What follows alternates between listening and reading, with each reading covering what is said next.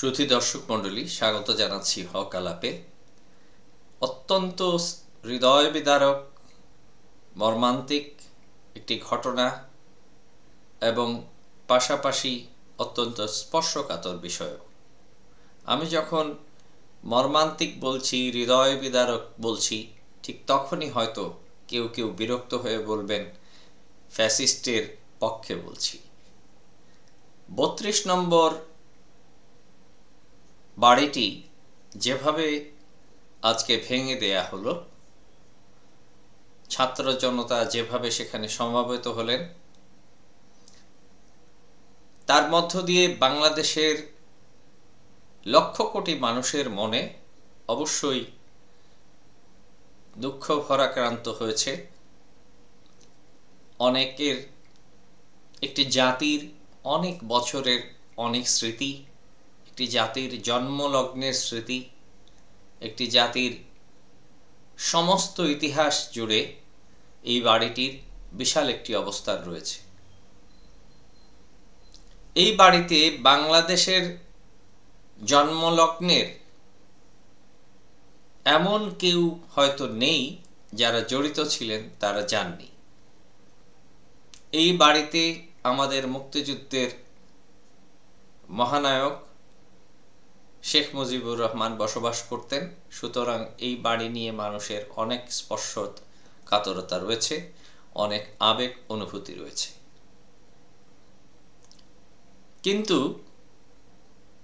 বিগত 16 বছর শেখ মুজিবেরই কন্যা বাংলাদেশে যে রাজনীতিটি করেছিলেন, সেই রাজনীতির ফলশ্রুতিতে বাংলাদেশের মানুষের কাছে শেখ মুজিবের যেটুকু ভাবমূর্তি অবশিষ্ট ছিল, সেগুলো শেখ হাসিনার কারণে নানাভাবে ভুলণ্ঠিত হয়েছে,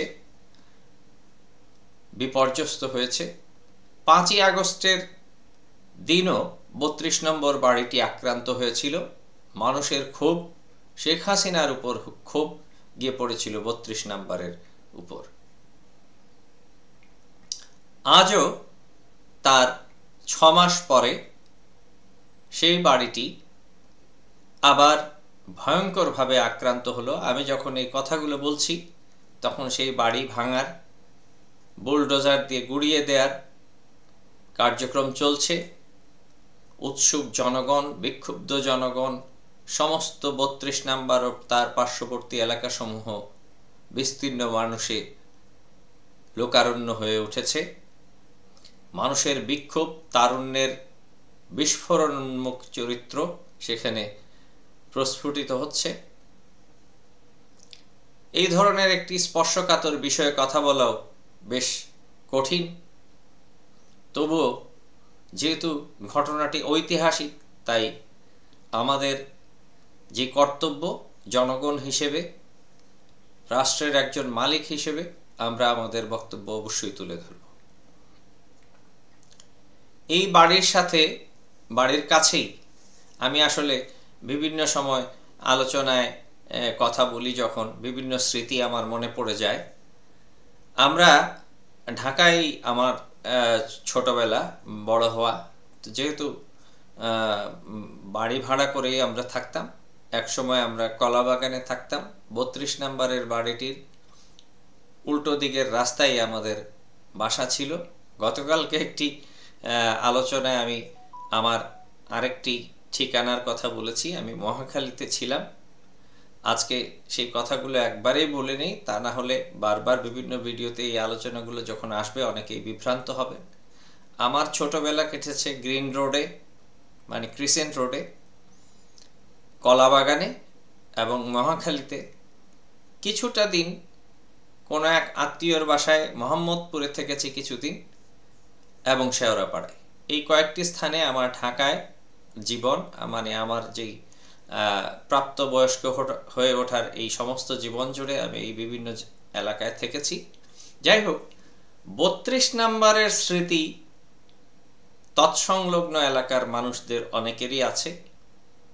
আমরা ছোটবেলায় 32 নম্বরের অনেক কথা শুনেছি অনেকের মুখে। সঙ্গত কারণেই আমার কাছে বেশ কিছু ফোন এসেছে আজকে, মানুষের আক্ষেপ রয়েছে, যারা ফ্যাসিবাদ বিরোধী আন্দোলনে ছিলেন সেরকম অনেকেই ফোন করে তাদের দুঃখ প্রকাশ করেছেন। আমিও খুব ভালো কোনো জবাব তাদেরকে দিতে পারিনি, তবে একটি কথা আমি এর আগে প্রথম দিকে আমি আমার ভিডিওতে আলোচনা করেছিলাম। আওয়ামী লীগের উচিত ছিল 5ই আগস্টের পরে একটু শান্ত থাকা। আওয়ামী লীগকে বারবার বর্তমান তরুণ প্রজন্ম, বর্তমান অন্তর্বর্তীকালীন সরকার তাদের পক্ষ থেকে বারবার হুঁশিয়ারি উচ্চারণ করেছেন যে আওয়ামী লীগ প্রধান শেখ হাসিনা যেন ইন্ডিয়াতে বসে বাংলাদেশ সম্পর্কে কোনো কথা না বলেন। এ ব্যাপারে আমাদের প্রধান উপদেষ্টাও ভারতকে অনুরোধ জানিয়েছেন এবং মূলত তাকে হুঁশিয়ার করার জন্যই বলেছিলেন। এবং আরও বিভিন্ন মহল থেকে তার কথা বলার, এই যে অডিও কল, ভিডিও কল, এগুলোর ব্যাপারে তার বিভিন্ন দেশে বিভিন্ন জনের সাথে কথা বলা, সেগুলোর ব্যাপারে এই যে তার যে উস্কানিগুলো, সেগুলোর বিরুদ্ধে অনেক কথাই এসেছে এবং সকলেই আশা করেছিলেন যে শেখ হাসিনা অন্তত থামবেন, কিন্তু তিনি থামেননি। আজকে ছিল তার আরেকটি ঘটনা। তিনি আজকে ছাত্রলীগের কর্মীদের সাথে তার একটি অনলাইন কনভারসেশন হচ্ছিল, কথা ছিল রাত 9টায়। ছাত্র জনতা সেই রাত 9টায় 32 নাম্বার অভিমুখে বোলডোজার যাত্রা করে এবং আজকে বিকালেই মূলত তারা সিদ্ধান্ত নেয় যে এর প্রতিবাদে শেখ হাসিনার ওই আলোচনার বা ওই মিটিংয়ের প্রতিবাদে তারা 32 নাম্বার মানে গুড়িয়ে দেবে। এবং তাদের যেহেতু 5ই আগস্টের এই ঘটনার মধ্য দিয়ে একটি জিনিস প্রমাণিত হয় যে 5ই আগস্টের যেই গণঅভ্যুত্থান, সেই গণঅভ্যুত্থানের আগুন মানুষের মনে এখনো প্রজ্বল্যমান। এই ধরনের পরিস্থিতিতে শেখ হাসিনা বারবার ভারত থেকে বসে যে কথাগুলো বলছেন, তার পরিপ্রেক্ষিতে বাংলাদেশে আওয়ামী লীগের, ছাত্রলীগের বা যুবলীগের কর্মীরা বিভিন্ন সময় মাঠে নামার চেষ্টা করছেন, তারা বিভিন্ন ধরনের ষড়যন্ত্রে লিপ্ত হচ্ছেন, তারা বিভিন্ন ধরনের কর্মসূচি দেওয়ার চেষ্টা করছেন। যেহেতু বাংলাদেশে একটি চরম, শেখ হাসিনার বিরুদ্ধে একটি চরম গণঅভ্যুত্থান হয়েছে, যেটি বাংলাদেশের ইতিহাসের অতীতের কোনো আন্দোলনের সাথে সামঞ্জস্যপূর্ণ নয়, এত বিশাল এই আন্দোলন হয়েছে, যেহেতু এখানে কয়েক হাজার মানুষ মারা গেছে, প্রায় 1.5 লক্ষ মানুষ আহত হয়েছেন, সেই ক্ষোভের আগুন, সেই 16 বছরের মানুষকে নির্যাতনের আগুন, গুম খুনের আগুন মানুষের মনে রয়েছে। এবং সেই যেহেতু এটি একটি তারুণ্য নির্ভর আন্দোলন ছিল, সেই তরুণরা এই 6 মাসে তো আর বুড়িয়ে যাননি। তাদের মনে দগদগে সেই দাগ, সেই ক্ষত, সেই রক্তচিহ্ন, সেই আন্দোলনে আহতরা এখনো রাজপথে তাদের স্বাস্থ্য সেবার জন্য আন্দোলন করছেন। এই ধরনের একটি পরিস্থিতিতে বারবার আওয়ামী লীগ চেষ্টা করছে ক্ষমতায় ফিরে আসার জন্য, যেটি রাজনৈতিক দৃষ্টিভঙ্গি থেকে বিবেচনা করলে অত্যন্ত ভুল একটি সিদ্ধান্ত। আওয়ামী লীগের উচিত ছিল অন্তত 2টি বছর নীরব থাকা। যে কোনো উপায়ে পরিস্থিতি শান্ত হলে, নির্বাচিত সরকার আসলে, তখন তাদের রাজনৈতিক কর্মসূচির অধিকার নিয়ে তারা আলোচনা করতে পারতেন। তারা আসলে অতীতেও প্রচুর ভুল করেছেন এবং আজকের বাস্তবতায়ও তাদের ভুলের কোনো সীমারেখা নেই। তারা পরিস্থিতিকে মোটেও পর্যালোচনা করতে পারেননি, মোটেও অনুধাবন করতে পারেননি যে বাংলাদেশের মানুষ, বাংলাদেশের তরুণ সমাজ, বাংলাদেশের এই অভ্যুত্থানের যেই বিপ্লবী সমাজ, তারা এত দ্রুত এই পরিস্থিতি থেকে ভুলে যাওয়ার কথা নয়। বর্তমান সরকার যেহেতু গণতান্ত্রিকভাবে মানুষকে রাস্তায় নামার সুযোগ দিচ্ছেন, যেহেতু অনেকে আন্দোলন সংগ্রাম করছেন, সরকার দমন পীড়ন করতে চাচ্ছেন না, সেই সুবিধাটুকু নিয়ে আওয়ামী লীগ চাইছিল দ্রুত মাঠে নেমে আসতে।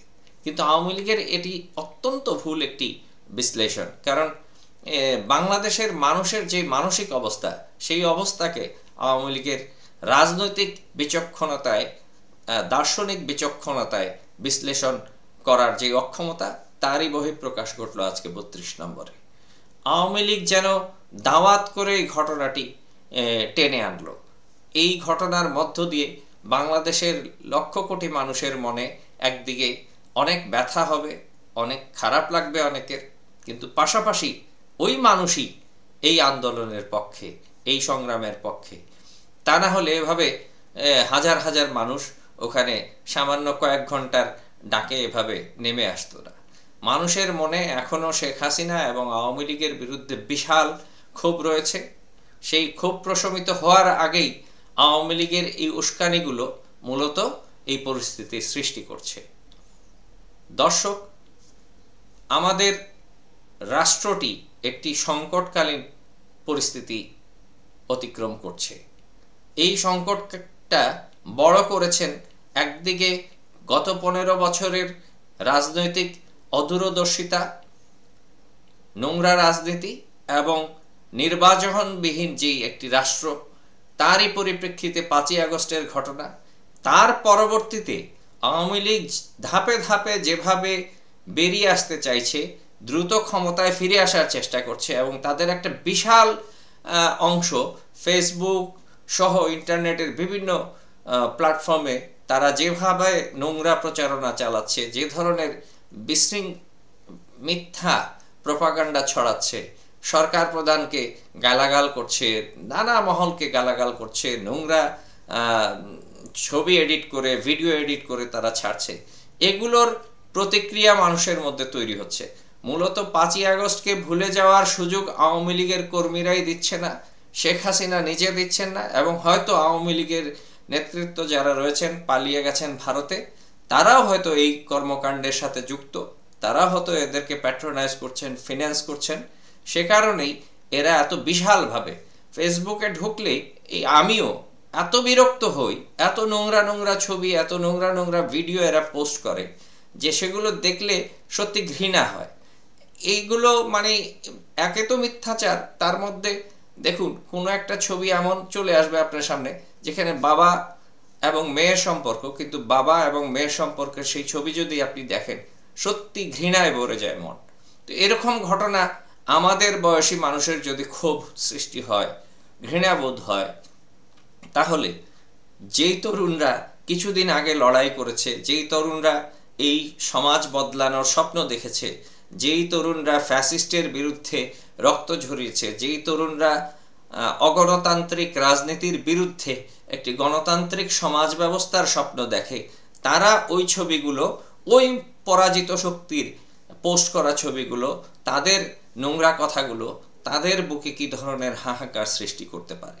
সুতরাং সেই হাহাকার, সেই বিক্ষুব্ধতা মূলত আওয়ামী লীগের কর্মীরা এবং শেখ হাসিনা এবং পুরো আওয়ামী লীগ হয়তো এর পেছনে জড়িত, যাদের ইন্ধনে মূলত এই দগদগে ক্ষত কখনোই শুকানোর সুযোগ পাচ্ছে না। দর্শক, ভালো থাকুন, সুস্থ থাকুন, নিরাপদ থাকুন।